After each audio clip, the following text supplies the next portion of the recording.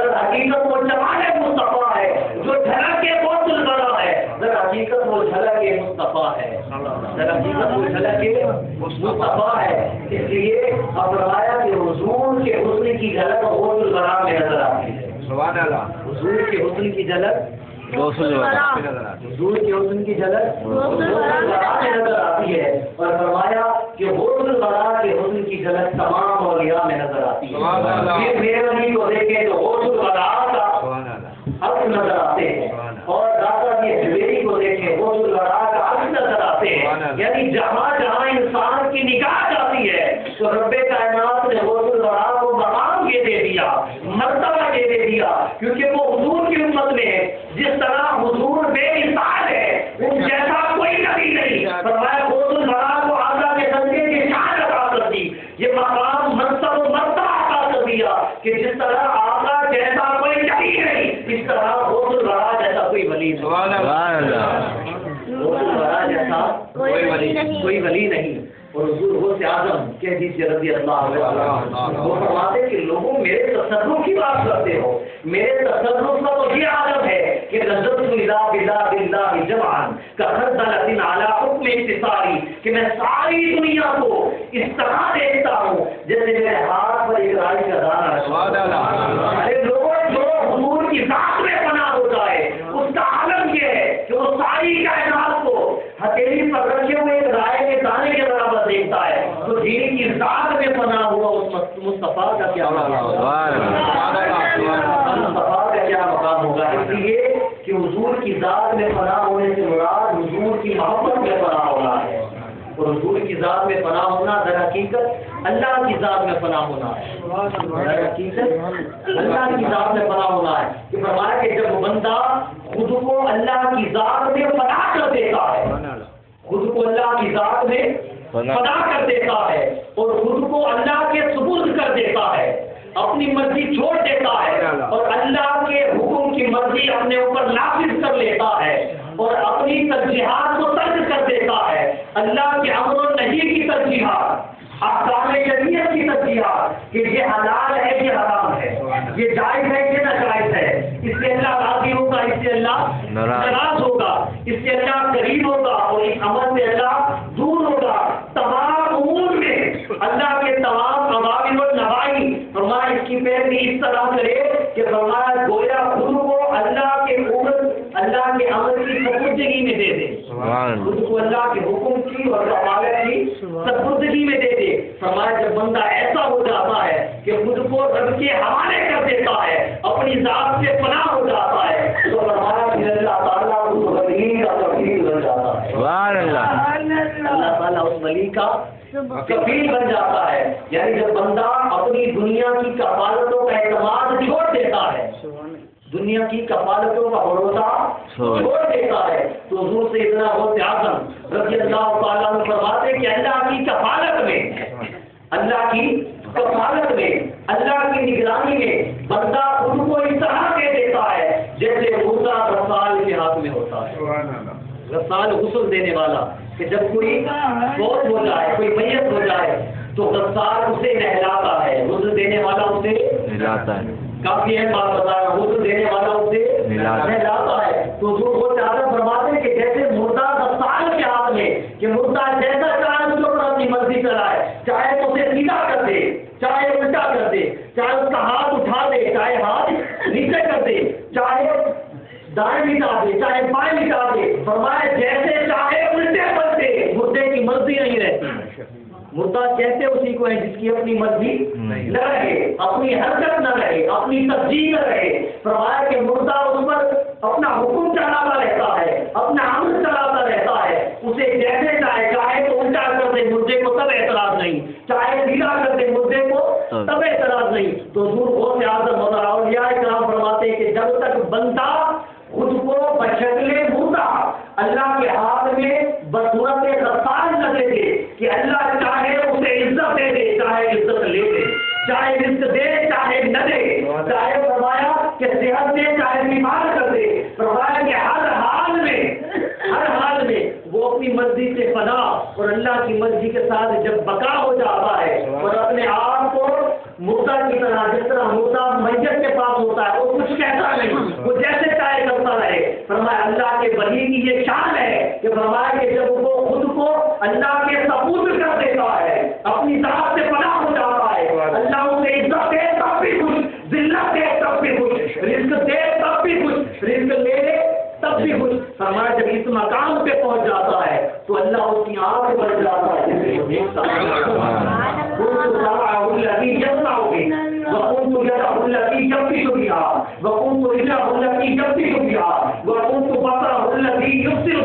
فرمایا اللہ اس کی آنکھ بن جاتا ہے جس سے وہ دیکھتا ہے، اللہ اس کے کان بن جاتا ہے جس سے وہ گرفت کرتا ہے، جس سے وہ سنتا ہے، اللہ اس کے ہاتھ بن جاتا ہے جس سے وہ گرفت کرتا ہے۔ تو فرمایا کہ وہ وہی کچھ دیکھتا ہے جو اللہ دکھانا چاہتا ہے، جو اللہ دکھانا نہیں چاہتا تو اس کی آنکھیں بند ہو جاتی ہیں۔ فرمایا وہ وہی کچھ سنتا ہے جو اللہ سنانا چاہتا ہے، جو اللہ سنانا نہیں چاہتا تو فرمایا اس کے کان اس بات سے بہرے ہو جاتے ہیں۔ پھر فرمایا کہ جو اللہ کی ذات میں خود کو فنا کر دیتا ہے، فرمایا وہ ولی ہے کہ اس کا مقام کیا ہے کہ اللہ اس کا دل بن جاتا ہے جس سے وہ ارادہ کرتا ہے، اللہ اس کا بولیں گے اللہ اس کا دل بن جاتا ہے جس سے وہ ارادہ کرتا ہے۔ یعنی بندہ جب اپنے آپ کو خدا کے سپرد کر دیتا ہے اور خدا کی نگرانی میں آ جاتا ہے، خدا کی کفالت میں آ جاتا ہے، جب اس کی اپنی مرضی نہیں رہتی تو فرمایا اس مقام کو ولایت اور اس بندے کو ولی کہتے ہیں۔ سبحان اللہ۔ اس مقام کو ولایت اور اس بندے کو ولی کہتے ہیں، یہ ولی کا مقام ہے۔ حضور سیدنا غوث اعظم رضی اللہ تعالیٰ عنہ فرماتے ہیں کہ جب بندہ اپنی ذات کو خدا کی ذات میں فنا کر دیتا ہے، اپنی ذات کو خدا کی ذات میں فنا کر بولیے خدا کی ذات میں فنا کر دیتا ہے، اپنے آپ کو خدا کی ذات میں فنا کر دیتا ہے تو فرمایا کہ یہی حالت، یہی مقام ہے جو اولیاء اور ابدال کے احوال کی انتہا ہے۔ یہی آخری مقام ہے کہ جب وہ اپنے آپ کو خدا کی ذات میں فنا کر دیتا ہے، فنا فضا ہو جاتا ہے تو فرمایا اللہ پاک اسے ایک مقام عطا کرتا ہے، وہ کیا کہ ثم قد یرد الیہ التکوین، اسے مقام تکوین عطا ہو جاتا ہے، یعنی کن کہنا عطا ہو جاتا ہے۔ اب وہ جس چیز کی آرزو ہوتی ہے اس اللہ کے ولی کو، جس چیز کی تمنا ہوتی ہے، جس چیز کی چاہت ہوتی ہے، جس چیز کی طلب ہوتی ہے، فرمایا اللہ پاک جل والا اسے عطا کر دیتا ہے۔ سبحان اللہ۔ اللہ پاک اسے عطا فرما دیتا ہے۔ یہ کب ہوتا ہے جب بندہ اپنی ذات کو خدا کی ذات میں فنا کر دیتا ہے۔ بات سمجھ میں آ رہی ہے؟ جب بندہ اپنی ذات کو خدا کی ذات میں فنا کر دیتا ہے تو حضور سیدنا غوث البرا، غوث الثقلین، غوث سمدانی، قطب ربانی، غوث العظم رضی اللہ تعالیٰ عنہ فرماتے ہیں، فرمایا کہ جو بندہ اس مقام پر پہنچ جاتا ہے تو رب کائنات اس سے کلام کرتا ہے اور فرماتا ہے کہ یا ابن آدم انی اللہ، اے اولاد آدم، اے آدم کی اولاد میں اللہ ہوں، میں اللہ ہوں، الذی لا الہ الا انا، کہ میرے سوا کوئی معبود نہیں مگر میں ہی، اقول لشیء کن فیکون، جس چیز کے بارے میں کہہ دوں ہو جا وہ ہو جاتی ہے۔ اے ابن آدم یہ مقام تو میرا ہے، یہ منصب تو میرا ہے، یہ قدر و منزلت تو میری ہے، یہ شان و شوکت تو میری ہے، یہ عظمت میری ہے، جس چیز کے بارے میں کہہ دوں ہو جا فیکون، وہ ہو جاتی ہے، وہ ہو جاتی ہے۔ فرمایا اے اولاد آدم یہ مقام میرا ہے مگر اطیعنی، تو میری تابعداری کر، اطیعنی تو میری فرما برداری کر، اطیعنی تو میری بارگاہ میں جھکنے والا بن جا۔ فرمایا جب تو ایسا کرے گا تو آج آلو کا ہم تجھے بھی ایسا بنا دیں گے، تقول لشیء کن فیکون، کہ جب تو بھی کسی چیز کو کہہ دے گا ہو جا فیکون، وہ بھی ہو جائے گی۔ سبحان اللہ۔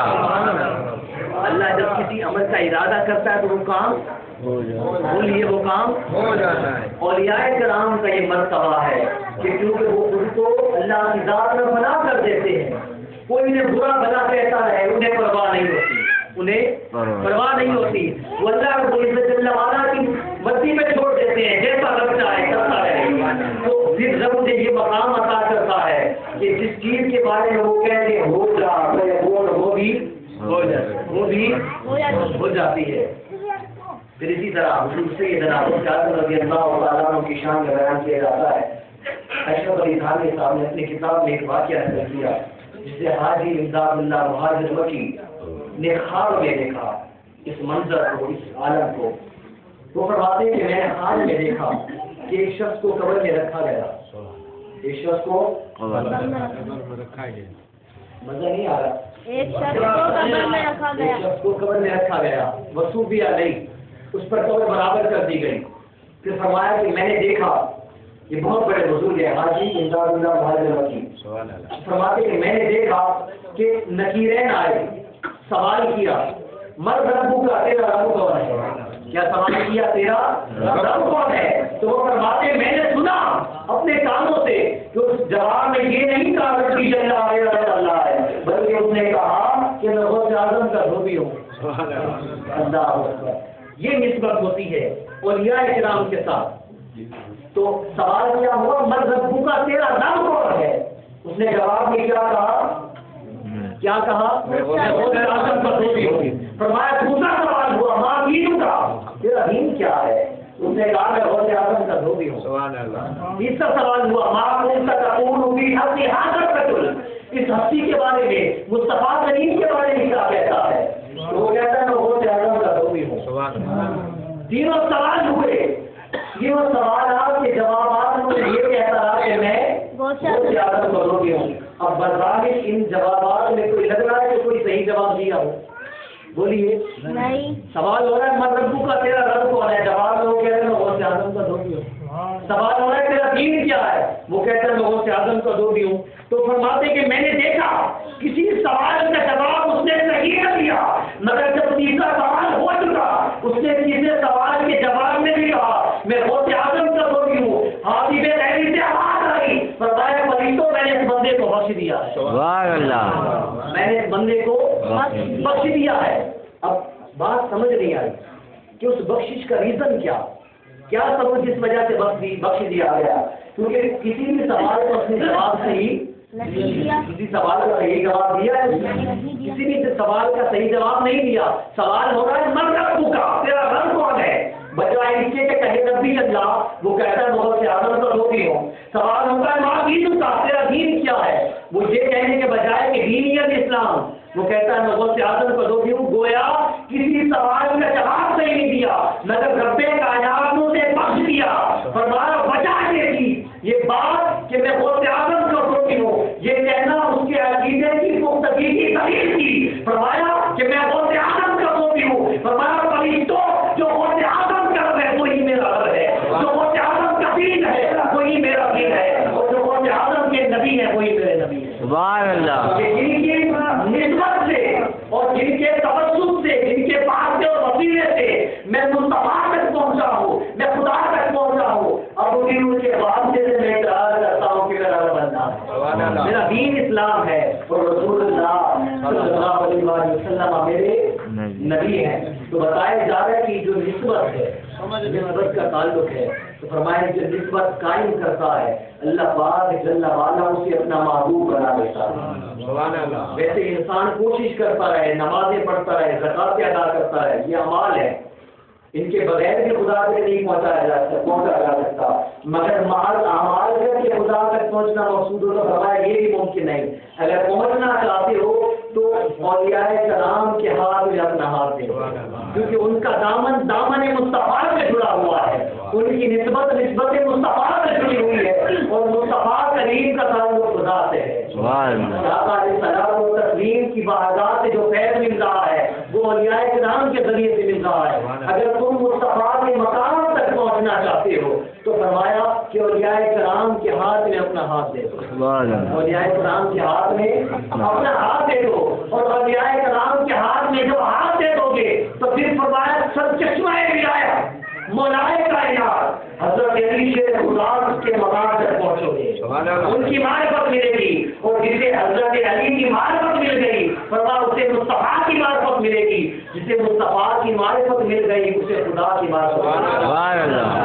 اس لیے فرمایا کہ نسبتوں کو قائم رکھو، نسبتوں کو قائم رکھو. اللہ کے جو ولی ہیں، اللہ کے جو پیارے ہیں، فرمایا ان کا دامن تھام لو. تو فرمایا پہلے تم متمنی تھے، پہلے تم تمنا کیا کرتے تھے کہ اللہ رب العزت جل وعلا ہم سے راضی ہو جائے، مگر فرمایا خدا کی قسم جب تم اولیاء اللہ کا دامن تھام لو گے گے، ہمارے صالحہ کے ساتھ ساتھ نسبت اولیاء رکھو گے اور اولیاء کرام کے ساتھ اپنا واسطہ مضبوط کر لو گے، تو فرمایا پہلے تم تمنا کرتے تھے خدا ہم سے راضی ہو جائے، مگر جب تم اولیاء کرام کا دامن تھام لو گے نیک اعمال کے ساتھ ساتھ، تو پھر فرمایا خدا چاہے گا کہ میرے بندے مجھ سے راضی ہو جائیں، خدا چاہے گا۔ یہ کب ہوگا؟ کہ جب اولیاء کرام کا دامن تھام لیں گے، اولیاء کرام کا دامن تھام لیں گے، اور جو بھی خدا کی قسم اولیاء کرام کا دامن تھام لیتا ہے، جو بھی اولیاء کرام کا دامن تھام لیتا ہے، تو فرمایا کہ اسے آقا علیہ الصلوۃ والتسلیم اپنا محبوب بنا لیتے، اپنا محبوب بنا لیتے ہیں۔ عطا اللہ بھائی نے کہا تھا اس سارے ثواب کے موضوع پر چند حدیث بیان کر کے اپنی گفتگو کو ختم کروں گا، لیکن توجہ سے سماعت کروائیے گا۔ اللہ رب العزت جل وعلا ارشاد فرماتا ہے کہ رب اغفر لی ولوالدی وللمؤمنین یوم یقوم الحساب۔ اس دعا کو نماز میں رکھ دیا گیا کہ باری تعالیٰ میری مغفرت فرما، میری توجہ کا طرفدار ہوں۔ آخر گفتگو کر کے اللہ جگامی کروں گا، لیکن توجہ سے اور محبت سے سماعت فرمائیے۔ ہمارے رب اغفر لی ولوالدی کہ باری تعالیٰ مجھے بھی بخش دے اور میرے والدین کو بھی بخش دے۔ اب اس دعا کو رب کائنات نے نماز میں رکھ دیا، دعا کو نماز میں رکھ دیا تاکہ جب بھی میرا بندہ میری بارگاہ میں آئے، میری بارگاہ میں اپنی زمین سعادت سکھائے، تو فرمایا اس کی نماز پڑھنے سے اس کے ماں باپ کی روشنی ہو جائے۔ سبحان اللہ۔ جب وہ نماز پڑھتا ہے، رکوع سجود کرتا ہے، قیام کرتا ہے، اس پاک ذات کی بارگاہ میں جھکتا ہے اور اس کی تسبیحات تحلیلات کرتا ہے، تکبیرات کہتا ہے، تو فرمایا آخر میں جب صبر لینے کا وقت آتا ہے، جب خیرات لینے کا وقت آتا ہے، تو آخر میں میری بارگاہ میں عرض کرے رب اغفر لی، باری تعالیٰ مجھے معاف کر دے، میری بخشش فرما، ولوالدی اور میرے ماں باپ کی بخشش فرما، میرے ماں باپ کی بخشش فرما۔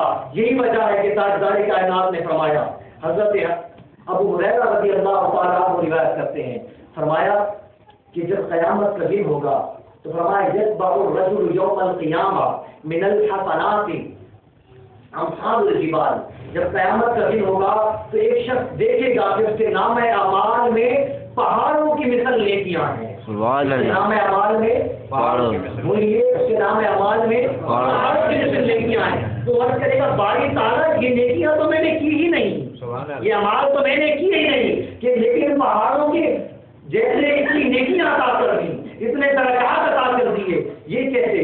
تو اللہ پاک جل وعلا حکم فرمائے گا کہ باستغفار ولدک لک، یہ تیری اولاد نے جو تیرے لیے استغفار کیا ہے، جو بخشش کی دعائیں مانگی ہیں، یہ ان کا صدقہ ہے۔ یعنی اولاد جب اپنے والدین کے لیے استغفار کرتی ہے اور بخشش کی دعائیں مانگتی ہے، تو فرمایا یہ اجر اللہ پاک جل وعلا انہیں قبروں میں بھی عطا کرتا ہے، یہ اجر اللہ پاک جل وعلا انہیں قبروں میں بھی عطا کرتا ہے۔ آقا علیہ السلام نے فرمایا، حضرت عبداللہ ابن عباس رضی اللہ تعالیٰ عنہما سے مروی ہے یہ حدیث، آپ فرماتے کہ آقا علیہ السلام نے فرمایا کہ مردہ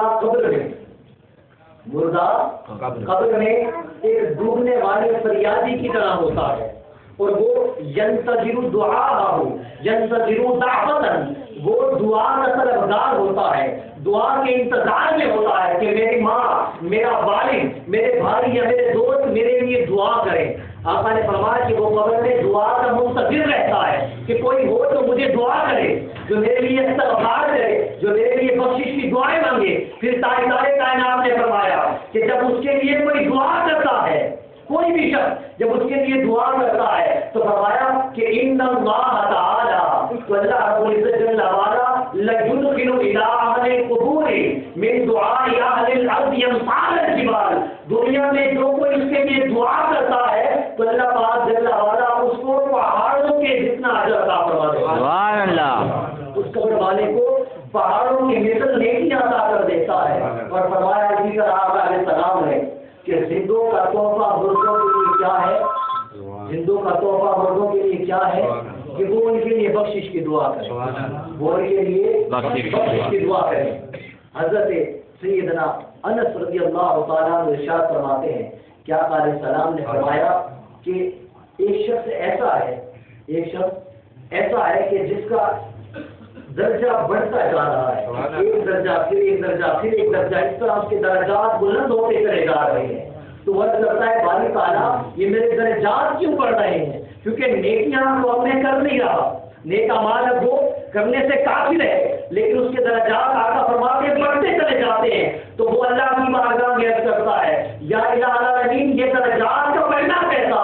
تو فرمایا رب کائنات حکم فرماتا ہے کہ اے میرے بندے تو جو اولاد چھوڑ کے آیا ہے وہ اولاد تیرے لیے استغفار کر رہی ہے، سبحان اللہ، اولاد تیرے لیے استغفار کر رہی ہے، ان کے استغفار کا فضل ہے، یہی وجہ ہے کہ تیرے درجات کو میں بلند کروا رہا ہوں۔ سبحان اللہ۔ جب ہم اپنے والدین کے لیے اپنے مظلومین کے لیے دعا کرتے ہیں تو اللہ رب العزت جل وعلا اس دعا کا پورا پورا اجر انہیں عطا کرتا ہے۔ سبحان اللہ۔ یہ چاہیے کہ ہمیں ان کے لیے ہم دعا کریں، جو ہمارے دوست احباب رشتے دار اقارب گزر چکے ہیں ان کے لیے دعا کریں، دعا کریں، استغفار کریں۔